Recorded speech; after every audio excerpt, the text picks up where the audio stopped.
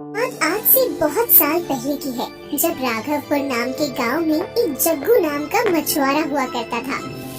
जग्गू बहुत ही गरीब था और हमेशा मछली पकड़ने के मामले में अपने दोस्तों से पीछे रह जाता था।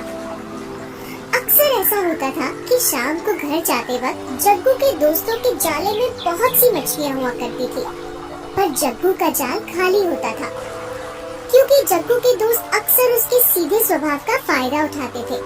वो अक्सर उसे डरा धमकाकर उसका जाल उस जगह से हटा दिया करते थे और मजबूरी में उसे किसी और जगह जाना पड़ता था। एक दिन जग्गू अपनी मिट्टी की बनी झोपड़ी में जमीन पर बैठकर खाना खा रहा था। तभी उसकी पत्नी वीणा ने नाराज होते हुए उससे कहा, जब तुम एक भी मछली पकड़ नहीं पाते हो तो नदी पर करने क्या जाते हो? अब इसमें मैं क्या करूं? अगर मछली मेरे जाल में नहीं फंसती तो इसमें मैं क्या कर सकता हूं? हाँ, तुम रहने दो, तुमसे कुछ नहीं होगा। अगर कुछ नहीं कर पाए तो रात को भी भूखे पेट सोना पड़ेगा। मैं कोशिश करूंगा। तुम सिर्फ कोशिश ही करते रहना। इसके बाद जग्गू खाना आधा छोड़कर उठ जाता है, अपनी मछली पकड़ने वाला जाल उठाता है और नदी की ओर चल देता है। जब वो नदी किनारे पहुंचता है तो देखता है कि अभी वहाँ कोई और नहीं आया था। उस नीले नीले पानी वाले विशाल से नदी के किनारे की घास पर जग्गू बैठ जाता है और कुछ सोचने लगता है। नदी के सामने से उगते हुए सूरज को देखकर जग्गू के मन में बहुत से ख्याल आ रहे थे। तभी जग्गू को कुछ बच्चों का शोर सुनाई देता है। जग्गू जब पास जाकर देखता है तो उसे दिखाई पड़ता है कि कुछ बच्चे एक कछुए को लकड़ी लेकर परेशान कर रहे थे। कछुआ परेशानी से छटपटा रहा था और परेशानी में इधर उधर भागने की कोशिश कर रहा था, पर बच्चे उसे भागने ही नहीं दे रहे थे। क्यों परेशान कर रहे हो बेचारे को? छोड़ो इसे, जाओ यहाँ से, चलो। ये कहते हुए जग्गू बच्चों को वहाँ से भगा देता है। इसके बाद वो कछुए को घास से उठाकर पानी में छोड़ देता है। इसके बाद जग्गू पलटकर वापस जाने लगता है। तभी उसे एक शोर सुनाई देता है। शोर को सुनकर जब वो पीछे पलटता है तो उसके होश उड़ जाते हैं। उसे पानी के किनारे पर एक बहुत सुंदर सा आदमी दिखाई पड़ता है। अजीब बात ये थी कि उसका ऊपर का शरीर तो एक इंसान की तरह था, पर उसके पैर की जगह मछली जैसी पूंछ थी। बेटा, तुमने मेरी सहायता की। तुम्हारी इस दरिया दिली से मैं प्रसन्न हुआ। प्रभु, आप कौन हैं? देखने में आप किसी राजा की तरह लग रहे हैं। हाँ पुत्र, मैं इस जललोक का राजा हूँ। प्रभु, पर मैंने क्या किया है? तुमने अभी जिस कछुए की मदद की है वह मैं ही था, और तुम्हारी इस उदारता के लिए मैं तुम्हें इनाम देना चाहता हूँ। मांगो जो भी मांगना चाहो। जी वो। अच्छा चलो, तुम कुछ नहीं मांग पा रहे हो तो मैं तुम्हें कुछ देता हूँ। चलो, मैं तुम्हें जललोक के सफर पर ले चलता हूँ।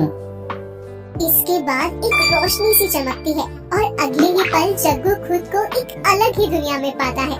वो दुनिया पानी के अंदर बसी थी।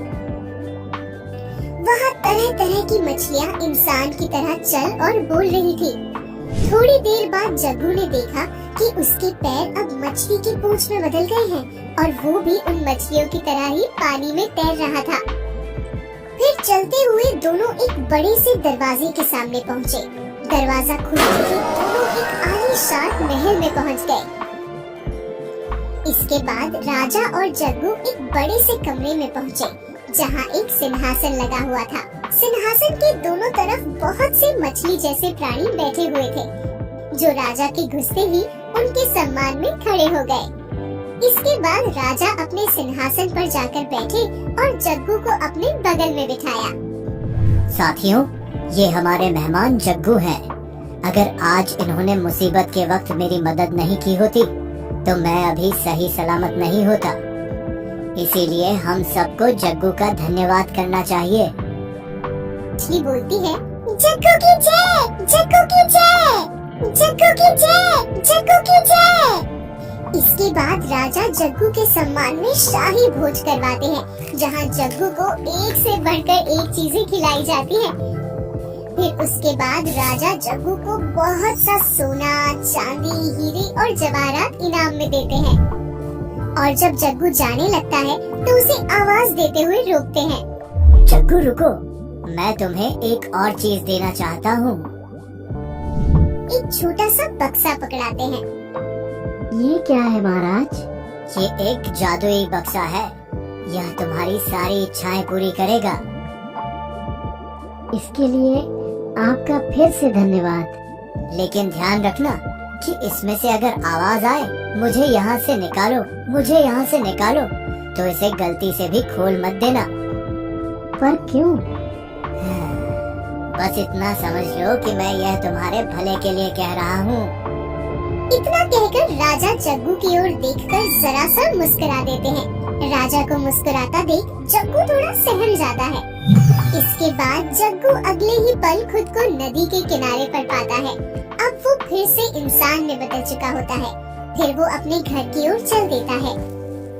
जब वो घर पहुंचता है तो वहाँ का नजारा बदला हुआ पाता है। अब झोपड़ी की जगह एक आलीशान घर खड़ा हुआ था।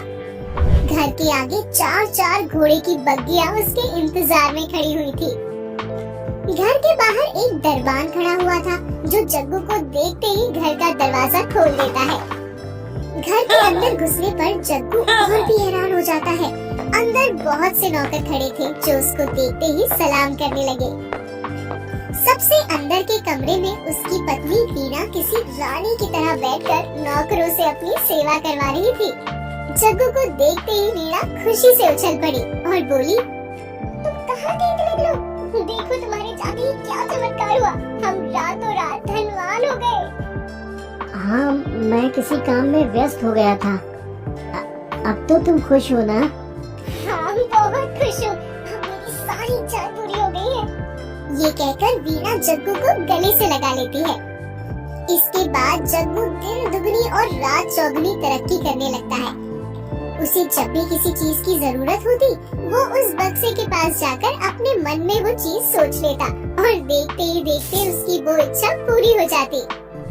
लेकिन बक्से और उसके जादू वाली बात सिर्फ जग्गू को ही पता थी और उसके सिवा किसी को नहीं। बक्से की बात को राज बनाए रखने के लिए जग्गू ने बक्से को एक कमरे में छुपा रखा था।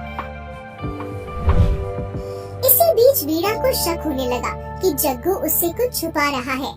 एक दिन चुपके से उसने जग्गू की जेब से उस कमरे की चाबी निकाल ली जिसमें वो जादुई बक्सा था। जब जग्गू घर से बाहर चला गया तो वीणा उस कमरे को खोलकर उस कमरे में घुस गई। घुसते ही उसकी नजर एक बक्से पर पड़ी।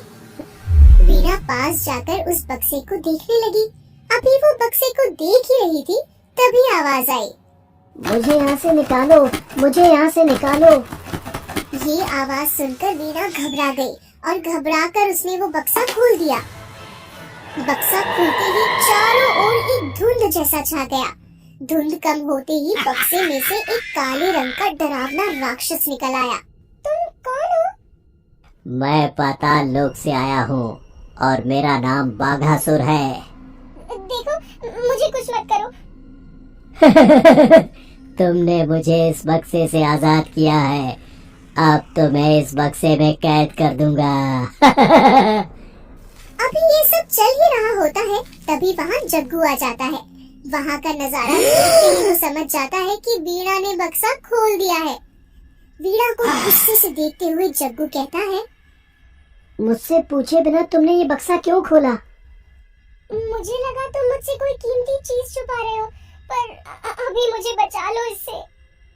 अच्छा है, अब मैं तुम दोनों को इस बक्से में कैद कर दूंगा। पर तुम हो कौन और यहाँ कैसे आए? मेरा नाम बाघासुर है और मैं एक जादूगर हूँ। मैं इस दुनिया के सभी लोगों पर राज करना चाहता हूँ। पहले तो मैंने पाताल लोक जीता और अब मैं जल लोक पर कब्जा करने के लिए लड़ाई लड़ने गया तो वहाँ मैं हार गया। फिर वहाँ के राजा ने मुझे इस बक्से में कैद कर दिया, पर अब मैं आजाद हो चुका हूँ और अब मैं जल लोक पर हमला करके उस पर कब्जा कर लूंगा। अच्छा, लेकिन एक बात मेरी समझ में नहीं आई। क्या ये कि तुम इतने बड़े होकर इस छोटे से बक्से में आए, कैसे? मतलब? अच्छा, चलो एक बार इस बक्से में जाकर दिखाओ। राक्षस के बक्से में घुसते ही जग्गू तेजी से बक्सा बंद कर देता है और राक्षस को फिर से बक्से में कैद कर देता है। अंदर से राक्षस फिर से चिल्लाने लगता है, मुझे बचाओ, मुझे बचाओ। इसके बाद जग्गू और वीणा का बाकी जीवन खुशहाल तरीके से बीतता है।